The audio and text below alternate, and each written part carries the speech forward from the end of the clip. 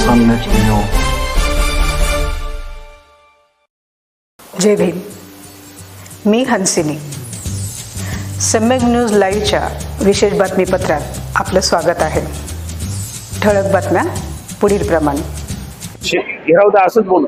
आज दक्षिण मध्य रेल्वेची सर्व मराठवाड्यातल्या खासदारांची बैठक पार पडली.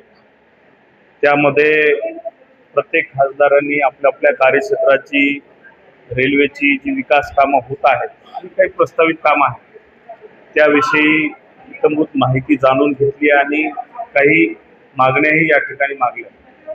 मी आपल्या नांदेड लोकसभा क्षेत्राअंतर्गत जे होणारे विकास कामं आहेत त्यामध्ये बरेचसे स्टेशन आहेत. त्याच्यामध्ये भोकर असेल, मुदखेड असेल, उमरी असेल, धर्माबाद असेल, हिमायतनगर असेल, अमृत भारत योजनेअंतर्गत त्या ठिकाणी होणाऱ्या विकास कामं आणि किती दिवसामध्ये ते अमृत भारत योजनेअंतर्गत ते विकास कामं आहेत ते पूर्ण होतील या अनुषंगाने जे आपली जनरल मॅनेजर साहेब आहेत त्यांना माहिती विचारलेली आहे. आणि त्यानंतर अनेक नवीन रेल्वे लाईन जी आहे त्यामध्ये बोधन, मुखेड, लातूर फाटा आणि लातूर ही नवीन रेल्वे मार्ग त्यांनी प्रस्तावित केल्याचं सांगितलेलं आहे. त्याचा किती लवकरात लवकर केंद्र सरकारकडे पाठपुरावा करून केंद्र सरकारचा हिस्सा आणि त्यामध्ये राज्य सरकारचा हिस्सा लवकर मिळावा यासाठी प्रयत्न करण्यासाठी त्यांना सूचना केल्या. त्याचबरोबर नांदेड लातूर ही रेल्वे लाईनही त्यांनी प्रस्तावित केलेली आहे.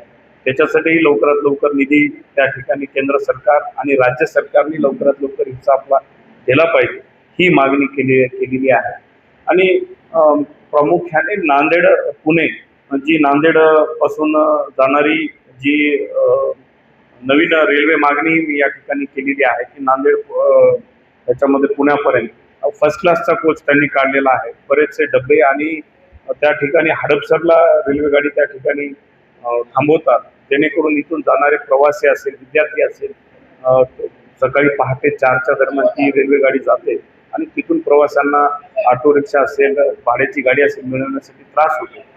त्याच्यासाठी ती गाडी पुणे स्टेशनपर्यंत नेण्यासाठी मागणी त्या ठिकाणी केलेली आहे.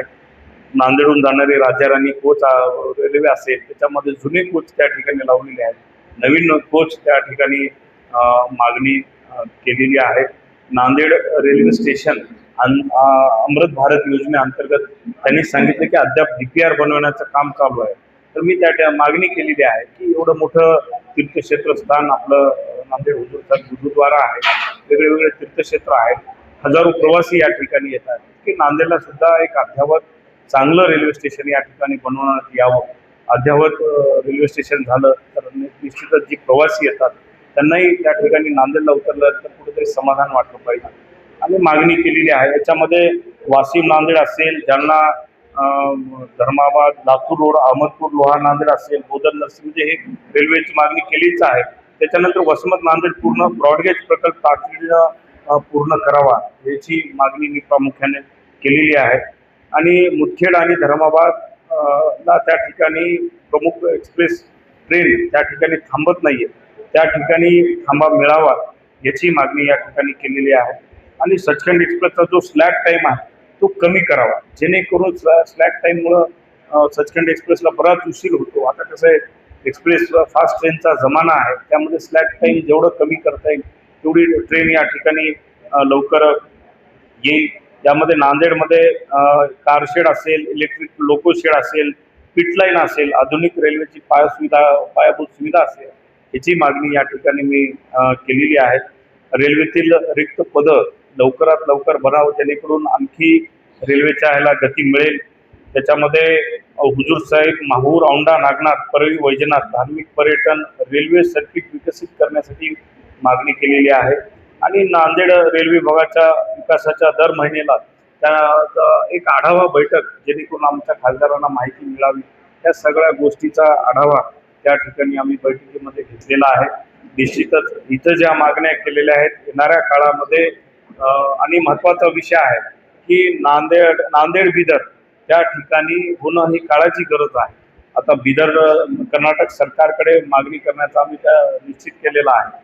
आणि जर कर्नाटक सरकारकडून काही अडचणी येत असेल तर तो रेल्वे प्रकल्प पूर्णपणे केंद्राचा 100% हिस्सा आपण मागावा आणि तो विशेष पॅकेज केंद्राचं घ्यावं, जेणेकरून त्यांचा जो 50 किलोमीटरचा टप्पा आहे जो त्याचा काही अधिभार आहे केंद्रानेच उचलावा आणि हा प्रकल्प पूर्ण करावा, जेणेकरून बऱ्याच वर्षापासून ऐकतो की नांदेड बिदर रेल्वे प्रकल्प झाला पाहिजे आणि केंद्र सरकारनं जर हिस्सा उचलला तर निश्चित तो प्रकल्प पूर्ण होईल. अशा विविध मागण्यांचा जो मागणी आहे आम्ही सर्वांनी खासदारांनी मिळून या ठिकाणी मागणी केली. पाहत रहा सम्यक न्यूज लाईव्ह.